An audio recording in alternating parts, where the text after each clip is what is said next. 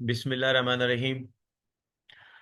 Respected students, हमारा जो syllabus है एडीपीपी के लिए for the English portion, for the English paper, तीन क्वेश्चन यहाँ पे वो पूछे जाएंगे। एक तो आपकी ऐसे राइटिंग है, ऐसे का टॉपिक होगा। फिर उसके बाद कॉम्प्रिहेंशन, जिसको आप रीडिंग कॉम्प्रिहेंशन भी कहेंगे, प्रेसी राइटिंग।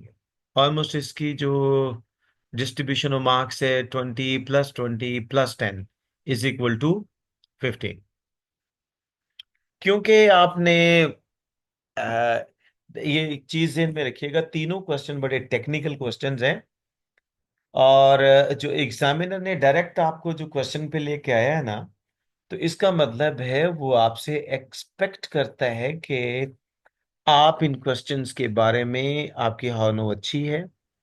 ज़ाहिर तीनों क्वेश्चन बेस कर रहे हैं आपके सेंटेंस स्ट्रक्चर के ऊपर। ठीक है। इसका मतलब है कि आपकी सेंटेंस स्ट्रक्चर बड़ी प्रोडक्टिव होनी चाहिए, बड़ी करेक्ट होनी चाहिए, बहुत अच्छा होना चाहिए। और अगरचे कि हम ऐसे के ऊपर भी बात करेंगे, डिटेल बात करेंगे, कंप्रीहेंशन के ऊपर भी हम बात करेंगे, और प्रेसी राइटिंग पे भी हमारी गुफ्तगू होगी। लेकिन एक चीज बेटा आप जहन में रखिएगा, आप ऐसे का क्वेश्चन अटेम्प्ट करें, कंप्रीहेंशन का या प्रेसी राइटिंग का क्वेश्चन अटेम्प्ट करें, एक चीज को आपने कतई तौर पर भी नहीं भूलना, आप ये निगलेक्ट नहीं करेंगे कि आपका सबसे जो इम्पोर्टेंट चीज है वो आपकी सेंटेंस स्ट्रक्चर है।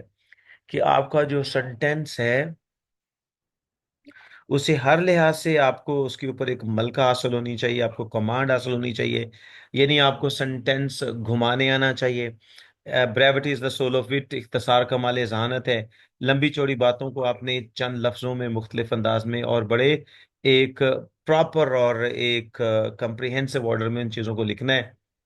इसमें जो हमारे स्पोर्टिंग लेक्चर्स जो होंगे सेंटेंस स्ट्रक्चर के हवाले से, जो कि बहुत इंपॉर्टेंट है, इसमें बेटा हम एग्रीमेंट मिस्टेक्स का लेक्चर जो है उसको जरूर हमने डिस्कस करना है। क्योंकि आपको पता होना चाहिए कि बेसिकली जब आपने सेंटेंस लिखना है, बेशक आप सेंटेंस ऐसे राइटिंग में हो, आपका कंप्रीहेंशन में हो, आपका प्रेसी राइटिंग में आपका क्वेश्चन हो, जाहिर है आपने सेंटेंस तो लिखना है।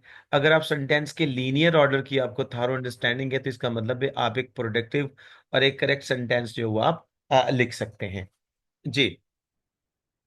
इसमें देखिएगा जी, आपने एक और दैट्स वेरी इंपॉर्टेंट के आपने एग्रीमेंट मिस्टेक के हमने वर्ब के ऊपर जो हमने डिस्कशन करनी है, सेंटेंसेस एंड क्लॉजेस के ऊपर हमने बोलना है। सेंटेंसेस एंड क्लॉजेस के हवाले से भी आपकी जो अंडरस्टैंडिंग वो बड़ी परफेक्ट होनी चाहिए, बहुत अच्छी अंडरस्टैंडिंग आपकी होनी चाहिए। और उसके अलावा जो है जी आपका जो नेक्स्ट कह सकते हैं कि प्रेपोजिशन, दैट्स वेरी इंपॉर्टेंट। आपको प्रेपोजिशन का यूसेज भी आपका बड़ा अच्छा होना चाहिए। और कंजंक्शन के हवाले से, जिसमें जो ये जो पांच मैंने टॉपिक्स आपको बताए हैं, ये बेसिकली आपकी सेंटेंस स्ट्रक्चर को जो वो एड्रेस करते हैं। एक आपका एग्रीमेंट मिस्टेक्स का, एक आपका वर्ब का, एक आपका सेंटेंसेस एंड क्लॉजेस का, आपकी प्रेपोजिशन और कंजंक्शन का जो टॉपिक होगा। जी। उसके अलावा स्कीम ऑफ स्टडीज देखें जी, अ, वो लोग जो कि ऑलरेडी मेरे साथ चल रहे हैं, they know very well. Discussion based lectures होते हैं जो आपका सैटरडे संडे, और एक और दिन हम इसमें मैं डिसाइड करूंगा, जिसमें क्योंकि मेरी लेक्चरिंग भी होनी है, उसके अलावा मेरा जो वो एक्टिविटी और डिस्कशन भी होनी है। कंप्रिहेंसिव लेक्चर ऑन ऐसे राइटिंग एंड वर्कशॉप होगी इंशाल्लाह आपकी। Comprehensive lecture on reading comprehension, workshop activity and home task आपको दिया जाएगा प्रैक्टिस के लिए। फिर कंप्रिहेंसिव लेक्चर ऑन प्रेसिव राइटिंग होगा, वर्कशॉप एक्टिविटी होगी, होम टास्क प्रैक्टिस होगी, प्रॉपर एवेल्यूशन बेस्ड सेशन होगा। जो मेरे सेशन की जो सबसे बड़ी खूबसूरती होती है, 24/7 होती है। मतलब आप यूं एक्सपेक्ट कर सकते हैं कि 24/7 का मतलब है कि आपका जो मेंटोर है वो आपको 24/7 जो आपको अवेलेबल होता है, आपकी किसी भी क्यूरी को जो इंशाल्लाह हम बड़ा पॉजिटिवली एड्रेस करेंगे। हमारा जो क्वेश्चन जो कि मैं आपको क्वेश्चन की नेचर बता देता हूँ कि इस क्वेश्चन को आप टेक्निकली कैसे टैकल करेंगे। आपका क्वेश्चन इसको अगर इसको एक्चुअली इसका सेंस देखें, जैसे कि इसको डिफरेंट सेंस में इसको एग्जामिन किया जाता है, वो है आपका रीडिंग कॉम्प्रिहेंशन का क्वेश्चन। ठीक है, समटाइम इसको कॉम्प्रिहेंशन के नाम से भी कुछ लिख रहे होते हैं। अगर इसका एक्चुअल सेंस आप देखें तो ये क्वेश्चन आपका रीडिंग कॉम्प्रिहेंशन को होता है। Reading comprehension, what does it mean? Reading comprehension or comprehension means an ability to read and understand what is scattered or hidden in the passage. अच्छा, एक पैराग्राफ गिवन होता है और उस पैराग्राफ के ऊपर जो वो डिफरेंट, उस पैराग्राफ पे डिफरेंट क्वेश्चंस आपसे किए जाते हैं। वो किस टाइप की क्वेश्चंस होती हैं उनको भी हम डिस्कस करेंगे। ठीक है, अब सबसे पहले तो मैं आपको रीडिंग कॉम्प्रिहेंशन को डिफाइन करूंगा कि बेसिकली होता क्या है कि आपको एक पैराग्राफ गिवन होता है और उस पैराग्राफ में जो आपकी कुछ स्कैटर्ड एंड हिडन इंफॉर्मेशंस होती हैं, और आपसे ये एक्सपेक्ट किया जाता है कि आप इस पैराग्राफ को पढ़ें और पढ़ने के बाद उसमें जो स्कैटर्ड और हिडन इंफॉर्मेशंस हैं उनको आप प्रॉपरली आंसर करें। ठीक है, reading comprehension is an ability to read and understand, पढ़ना और फिर समझना व्हाट इज स्कैटर्ड और हिडन इन द पैसेज, जो पैसेज में हिडन और स्कैटर्ड होता है। ठीक है, ये बड़ा टेक्निकल क्वेश्चन होता है। Sometimes students take this question for granted ले लेते हैं, लेकिन इसको अगर आप इस क्वेश्चन की नेचर के ऊपर जाके इसकी टेक्निकलिटीज के साथ अगर आप इस क्वेश्चन को एड्रेस नहीं करते तो this question can be very challenging for you. ये चैलेंजिंग हो सकता है। ठीक है, क्योंकि आप इसमें दो चार चीजें आपने देखनी होती हैं। इसमें एक तो जो मेजर चैलेंजेस जो आते हैं ना इस क्वेश्चन में, रिस्पेक्टिव स्टूडेंट्स, वो दो तरह के क्वेश्चंस आते हैं जो कि आपको चैलेंजिंग आपके होते हैं। एक तो ये कि आपकी अननोन वकैब आ जाती है। बहुत से लोग कहते हैं कि वकैब को डिफिकल्ट और इजी वकैब की सेंस में ले आते हैं। बेटा, कोई भी वकैब डिफिकल्ट और इजी नहीं होती। वकैब बेसिकली नॉन और अननोन होती है। जो आपने यानी वो अल्फाज जो आपने पढ़े हैं या वो अल्फाज जो कि आपने पढ़े ही नहीं है, आपके सामने आ गए हैं और आप उनका जो प्रॉपर आंसर करने में आपको जो वो मुश्किल का सामना होता है। देखें, एक पैराग्राफ गिवन होगा। अब स्टूडेंट क्या करते हैं, स्टूडेंट की एक अपनी नेचर होती है। दूसरा जो मेजर चैलेंज है तो वो आपकी टाइम मैनेजमेंट का होता है कि आपने जो एक गिवन टाइम के बाद, अगर 20 मार्क्स आपका पेपर है तो ऑलमोस्ट मेरा ख्याल है कि कोई भी एग्जाम ले लें, वो 1 मार्क के लिए आपको 1.5 मिनट दिया जाता है। यानी मैक्सिमम एक नंबर के लिए आपको 1.5 मिनट अलॉटेड होता है। आप इसको किसी तौर पर भी असेस करके देख लें, इसको टेक्निकली ऑब्जर्व करके देख लें। जब भी आप किसी एग्जाम में जाते हैं तो आपको एक नंबर के लिए 1.5 मिनट अलॉट होता है। ठीक है, सवाए ऑब्जेक्टिव का सम टाइम वो कर देता है, लेकिन अगले क्वेश्चन में जाके वो आपको अगेन वो आपकी बाइफरकेशन यहीं पे आती है। तो ये क्वेश्चन आपका 20 मार्क्स का है। इसका मतलब है कि इस क्वेश्चन को अटेम्प्ट करने के लिए जो अप्रोक्सीमेटली जो आपको टाइम दिया जाएगा वो 30 मिनट्स दिए जाएंगे। ठीक है, इन 30 मिनट्स में आपने इस क्वेश्चन को अंडरस्टैंड करना। समटाइम बच्चे क्या करते हैं, वो पैराग्राफ को पढ़ते हैं, पैराग्राफ करने के बाद वो जो क्वेश्चन स्टेटमेंट्स होती हैं उनको पढ़ लेते हैं और वो मैच कर लेते हैं कि अच्छा मेरी इन लाइंस में ये क्वेश्चन है, बिल्कुल ऐसा ही होना चाहिए। लेकिन वो एक्चुअली जो जिस अंदाज में क्वेश्चन दी होती है, समटाइम उसकी जो आंसर देने में जो उनको फेलियर हो जाती है उनकी ना, वो प्रॉपरली आंसर नहीं दे पाते। और फिर जाहिर है फिर एग्जामिनर तो फिर अपने अंदाज में फिर ऑब्जर्व करते हैं इन चीजों को, तो वो आपके लिए प्रॉब्लम क्रिएट कर जाता है। जब आप उसका प्रॉपरली आंसर नहीं दे पाते। जब आपके सामने पैसेज आए तो आपने करना क्या है? आपने बेटे दो तरह की आपकी रीडिंग है। पहले तो मैं रीडिंग की बात बता दूं कि जब आपने पैराग्राफ की रीडिंग करनी है तो दो तरह की रीडिंग होती है। एक होती है आपकी स्कीमिंग होती है, एक होती है स्कैनिंग होती है। ठीक है, स्कीमिंग का पर्पस क्या होता है? जब आपने स्कीमिंग करनी होती है ना, तो आप स्कीमिंग करते क्यों हैं? स्कीमिंग के दो ही पर्पस होते हैं, to get the overall details that help you find the title and central idea of the passage. ठीक है, आप स्कीमिंग का पर्पस क्या होता है कि आपने एक्चुअली मौजू तलाश करना है कि ये किस मौजू पे बात हो रही है, फिर उसका सेंट्रल आइडिया तलाश करना कि दर हकीकत बात क्या हो रही है। ठीक है, स्कीमिंग का पर्पस क्या होता है? एक आपने ओवरऑल डिटेल्स लेनी है जो कि आपको हेल्प करती हैं उस पैराग्राफ के टाइटल के लिए, और दूसरी जो इंपॉर्टेंट चीज आती है वो उसकी सेंट्रल आइडिया आता है कि बेसिकली इसमें दिया क्या गया है। स्कैनिंग में क्या होता है? To get the minutest details, facts and figures given in the passage. Scanning में आपने करना क्या होता है? उसमें आपने उसके फैक्ट्स एंड फिगर्स को फाइंड करना है। उसमें देखे जो इसकी राइटिंग फॉन्ट भी देखनी है, उसमें अपना पंक्चुएशन मार्क्स भी देखने, उसमें कोई अगर जो ऑर्डिनल नंबर्स दिए, कार्डिनल नंबर्स दिए गए हैं, उनको भी आपने देखना है।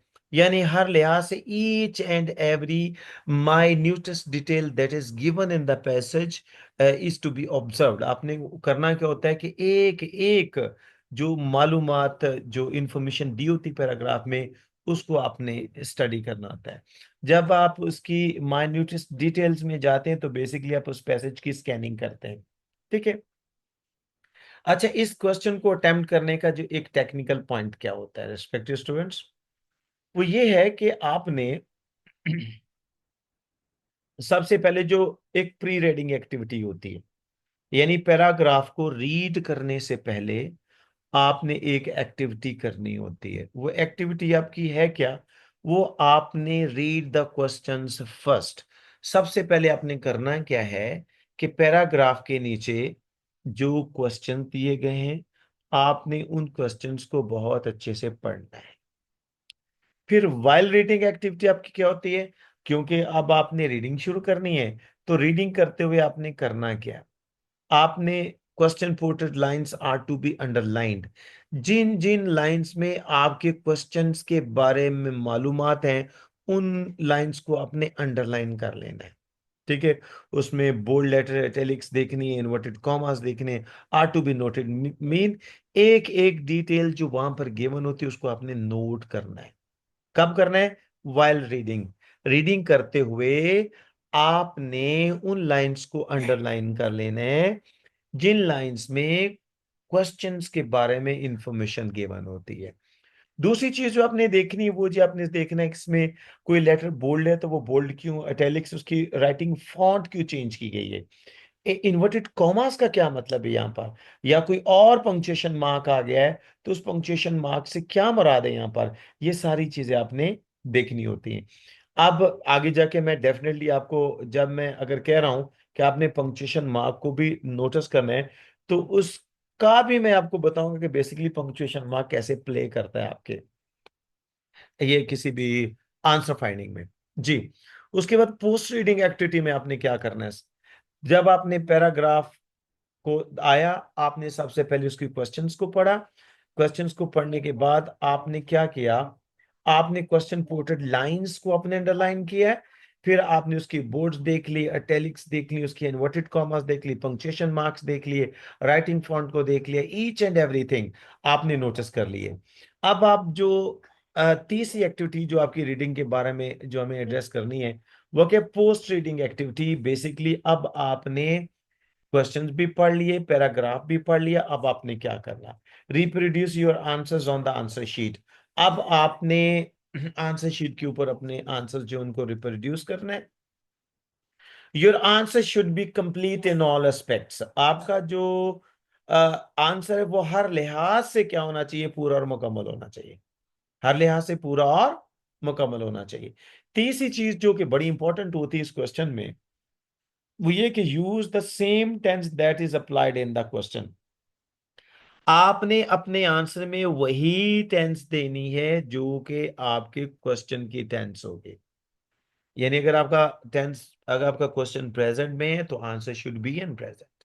अगर आपका आंसर फ्यूचर में, सपोज फॉर एग्जांपल ऐसे कि अगर आपका क्वेश्चन फ्यूचर में, तो your answer should be in future tense. अगर आपकी क्वेश्चन जो वो पास्ट में, your answer should be in past. Problems regarding comprehension, इस कंप्रीहेंशन के बारे में जो आपकी प्रॉब्लम्स फेस हो सकती हैं, वो सबसे पहले थे कि लेक्सिकल प्रॉब्लम्स आ जाती हैं। Lexical problems mean, I mean to say some unknown words, you come across some unknown words, यानी ऐसे वर्ड्स जिनको आपने पहले कभी नहीं सुना, कभी नहीं देखा होता, एक्चुअली वो वर्ड्स आ जाती हैं। ठीक है, आपने उनको जो है वो कैसे टैकल करना है, इसको टैकल करना मैं सिखाऊंगा कि बेसिकली अगर अननोन वर्ड आ गया है, तो हमारे पास देखो, अगर एग्जामिनर आपको कोई मुश्किल वर्ड देता है ना, ठीक है, तो आपको उस मुश्किल को टैकल करने का, सॉल्व करने का वो रास्ता भी जरूर देके जाता है। ये चीज जहन में रखिएगा। एग्जामिनर अगर कोई अननोन चीज आपको दे रहा है तो कहीं ना कहीं वो क्लू जरूर दे जाता है, वो सिग्नल जरूर दे जाता है, जिसकी बेस के ऊपर आप बेसिकली अपनी उस क्वेश्चन को जो है एड्रेस कर सकते हैं। फिर time management is really a very serious problem, क्योंकि ये 30 मिनट्स की क्वेश्चन है। अगर आप पैराग्राफ को, अगर पैराग्राफ उसने लंबी दे दी, वैसे जनरली पैराग्राफ की जो लेंथ है मेरे अकॉर्डिंग टू माय नॉलेज, वो अब जो एग्जाम है जनरली आ रही है वो 150 वर्ड से लेके 250 वर्ड्स के दरमियान होती है। यानी 150 से लेके 200 वर्ड्स के दरमियान जो वो पैसेज की जो वो लेंथ देते हैं, वर्ड जो वर्ड्स नंबर होता है ना उसमें, पैराग्राफ में, वो 150 से 250 वर्ड्स की होती है। एक्सपेक्टेड क्यूरीज जो होती है जनरली पैराग्राफ में जो आपको देते हैं, वो क्या होता है, वो आपकी टाइटल फाइंडिंग होती है, कि आपको टाइटल कहा जाता है कि इसका टाइटल दें। ठीक है, फिर उसके बाद सेंट्रल आइडिया भी पूछा जा सकता है, समटाइम वो सेंट्रल आइडिया का क्वेश्चन भी पूछ सकता है। फिर जो तीसरी क्वेश्चन जो जनरली आप इसमें हम टैकल कर सकते हैं, वो दैट इज द वोकैबुलरी, कि आपने वोकैबुलरी को कैसे जो वो एड्रेस करना है। फिर स्पेसिफिक डिटेल्स होती हैं, उसके ऊपर भी आपकी क्वेश्चन आ जाती है। परसेप्शन ऑफ एन आइडिया होता है, इन्फेरेंस आपको करना पड़ता है, कि इन्फर करना पड़ता है समटाइम चीजें, वो आपके रेमो क्रम पे ही छोड़ देते हैं कि बेसिकली जी अब आप बताएं आपका क्या पॉइंट हुआ इसके हवाले से। फिर tone, style and mood off the writer भी देखा जाता है। समटाइम वो आइडेंटिफाइंग एक्सेप्शंस भी पूछ लेता है। ठीक है, देखें, अगर तो जैसे प्रीवियस एग्जाम में बड़े सीधे सीधे क्वेश्चन आते हैं, अगर आ जाए फिर तो हम उसको बहुत आसानी से टैकल कर लेंगे, मसला ही कोई नहीं है, क्योंकि हमारी प्रैक्टिस इतनी अच्छी हो जानी, इन क्वेश्चंस को हर एंगल से हमने देखना है।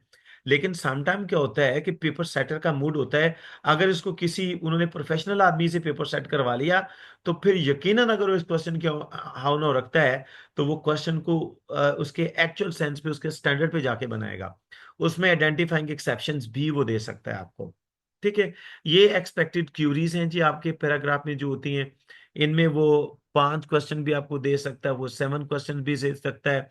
अगर 20 मार्क्स का पैराग्राफ है, तो ये चीज जहन में रख लीजिए, वो आपको 10 क्वेश्चन भी दे सकता है। वो सम टाइम आपको करता क्या है कि 2 मार्क्स के साथ आपके क्वेश्चन को असेस कर लेता है। जी, अब देखें, जब हमने टाइटल की बात करते हैं ना, तो एक चीज बड़ी इंपॉर्टेंट है, जब आप टाइटल की बात करते हैं तो ये चीज ध्यान में रखिएगा। टाइटल के क्वेश्चन को अटेम्प्ट करते हुए आप अपने पैराग्राफ को हमेशा 3 हिस्सों में डिवाइड करते हैं। जरूरी नहीं कि आपने इसी क्वेश्चन में, हर क्वेश्चन में कोई भी पैराग्राफ हो, आपके लेटर का पैराग्राफ हो, आपकी किसी एप्लीकेशन का पैराग्राफ है, या आपकी ऐसे का पैराग्राफ है, आपकी प्रेसी का पैराग्राफ है, ये कंप्रीहेंशन का पैराग्राफ है, पैराग्राफ को हमेशा 3 हिस्सों में जो है वो डिवाइड किया जाता है। जैसे ये देख लें कि मैंने पैसेज दिया हुआ है। पैसेज इसमें एक उसकी बिगिनिंग है, एक मिडल है और एक एंडिंग है। बेसिकली जब आप बिगिनिंग की बात करते हैं, तो यहाँ पर अपना वो जो वो अपने टॉपिक को ओपन करता है, अपने टॉपिक को स्टार्ट करता है। फिर उसके बाद जैसे वो सेंटर में जाता है, तो वहां पर वो अपने आइडिया को शिफ्ट करता है, यानी अचानक से अपनी गुफ्तगू का जो वो सिम्मत है, वो अपनी जो स्टेटमेंट है वो चेंज कर लेता है। और जैसे वो एंड पे जाता है, तो वहां पर आके वो कोशिश करता है अपनी चीजों को सम अप करने की, यानी उनको कंक्लूड करने की कोशिश करता है। तो किसी भी पैराग्राफ को जब आपने पढ़ना है, तो एक चीज ध्यान में रखिएगा, पैराग्राफ को हमेशा उसके 3 हिस्सों में तकसीम किया जाता है, उसकी बिगिनिंग की सूरत में, उसकी मिडल की सूरत में और उसकी एंडिंग की सूरत में। अब देखें, जो मैं यहां पे आपको बता रहा हूं कि आपने पैराग्राफ को 3 हिस्सों में डिवाइड करना, तो एक्चुअली मैंने टैकल करना है किसको? आपके टाइटल को टैकल करना है। क्योंकि टाइटल का क्वेश्चन लिखते हुए you have to be rather vigilant, आपको बड़ा विजिलेंट रहना पड़ेगा। और टाइटल किसी तौर पर भी ऐसा चूज नहीं करना जो पैराग्राफ के किसी एक हिस्से को मिस कर दे। सम टाइम ये होता है कि आपका टाइटल आपकी जो बिगिनिंग को और मिडिल को क्वालिफाई कर रहा होता है, आपकी एंडिंग को वो क्वालिफाई नहीं करता। सम टाइम होता है कि आप टाइटल ऐसा भी चूज कर जाते हैं जो कि आपकी वो मिडिल और एंडिंग को वो जो क्वालिफाई करता है, आपकी बिगिनिंग को वो मिस कर जाता है। सम टाइम वो आपकी बिगिनिंग और आपकी एंडिंग को क्वालिफाई कर रहा होता है, आपकी मिडिल को वो जो वो एंड कर जाता है। एक्चुअली टाइटल की क्वालिटी क्या होती है कि वो बेसिकली वो तीनों को क्वालिफाई कर रहा होता है, आपके पैसेज की बिगिनिंग को, आपके पैसेज की मिडिल को, आपके पैसेज की एंडिंग को। एक अच्छे टाइटल की क्वालिटी क्या होती है कि वो बिल्कुल पेनिट्रेट करता है, वो पेनिट्रेट करता है पूरे पैसेज में, यानी वो रिफ्लेक्ट करता है अपने बिगिनिंग को भी, अपनी मिडिल को भी और अपनी एंड को भी रिफ्लेक्ट करता है। मिसाल के तौर पर इसकी जो टाइटल की जो मैंने स्टेटमेंट दी, title is generally given in the first two और the last two lines of the passage. अब देखें, ये कोई रॉकेट साइंस नहीं है जो मैंने बता दिया, कि ये कोई नई बात नहीं है। देखें जी, जब भी आप बात करते हो ना, किसी भी शख्स से आप बात करते हो, तो बात करते हुए या तो आप शुरू में बता देते हैं, देखें जी आपसे मेरी बात करने का एक्चुअल मेरा मौजू ये है, और फिर आप अपनी बुरी बात कर जाते हो। सम टाइम क्या होता है कि आप बात करने के बाद जब आप उसको एंड करते हो, कंक्लूड करते हो, तो बेसिकली आप वहां पे कहते हो जी एक्चुअली ये मेरी पूरी गुफ्तगू का लुबेलुबाब ये था। या तो वो शुरू में कहता है कि एक्चुअली मेरी बात का मौजू ये है, या फिर वो एंड पे जाता है और बताता है कि जी मेरी सारी गुफ्तगू का असल मौजू ये था, मेरा ये मकसद था पूरी बात करने का। इस पैसेज को देखिए, पैसेज में है, इसको तीनों हिस्सों में मैंने डिवाइड किया हुआ है। जैसे the cave man did not farm, they were hunters and fisherman, and the women collected wild fruit, vegetables and grain। यहाँ पे जो यहाँ पे मैंने क्या, ये क्या मैंने उसकी बिगिनिंग दी पैसेज की। फिर यहाँ पे आइडिया शिफ्ट हो रहा है, यहाँ पे वो बात वो क्या कह रहा था, cave man did not farm, they were hunters and fisherman and their women collected wild fruit vegetables and grain. यहाँ पे आइडिया शिफ्ट हो रहा है। आइडिया कैसे शिफ्ट हो रहा है? They lived rather like those of American plains Indians before the introduction of the horse। पहले तो वो बेसिकली उनकी क्या बात कर रहा है, उनकी फार्मिंग की बात कर रहा है, वो जो कुछ खाने पीने के लिए उनकी इडिबल्स की बात हो रही है, उनके खाने पीने की बात हो रही है। लेकिन दूसरों में उसका जो अंदाजे जिंदगी को बयान करता है, पहले उनके खाने पीने की बात करा, दूसरी जगह पे वो जाता है तो बेसिकली वो उनका बताता है उनका रहन सहन कैसा था। फिर तीसरे जो पार्ट है उसकी पैसेज की, जो कि एंडिंग है, they did not domesticate animals, और at best only one animal our oldest friend the dog. यानी वो जानवरों की क्या करते हैं, उनको डोमेस्टिकेट नहीं करते, उनकी देखभाल नहीं करते। या अगर वो करते भी है तो हमारा जो सबसे बेहतरीन दोस्त है डॉग, वो उसको जो वो संभालते हैं। इस पैराग्राफ को देखिए, तीनों इस पैराग्राफ में तीन हिस्से मैंने बनाए हैं। एक इसकी जो मैंने बिगिनिंग दी, एक इसकी मैंने मिडल दी, एक मैंने एंडिंग दी। अच्छा, ये टेक्निक जो मैंने यहाँ पे यूज की है, इस टेक्निक का पर्पस क्या है? Just to find out the title of the passage. कि आया कि हमने जब अपने टाइटल को फाइंड करना है, तो हमने कौन सी पैरामीटर्स को सामने रखना। हमारी जो पैरामीटर्स होंगी सामने, वो क्या होंगे कि हमने एक ऐसे टाइटल को सिलेक्ट करना है जो कि आपके तीनों पार्ट्स को वो क्वालिफाई करेगा। अब देखें, आप स्टार्ट में ये भी आ गया है। अगर आप उसकी क्रूड फार्म में भी लेना चाहते हैं, तो क्रूड फार्म में टाइटल क्या बनता था, केवमैन आ जाता है आपका। मैंने यहां पे टाइटल जो फाइंड की, पीपल ऑफ द केव मैंने ले लिया। यानी आप किसी भी हिस्से में चले जाएं, किन की बात हो रही है, पीपल ऑफ द केव की बात हो रही है।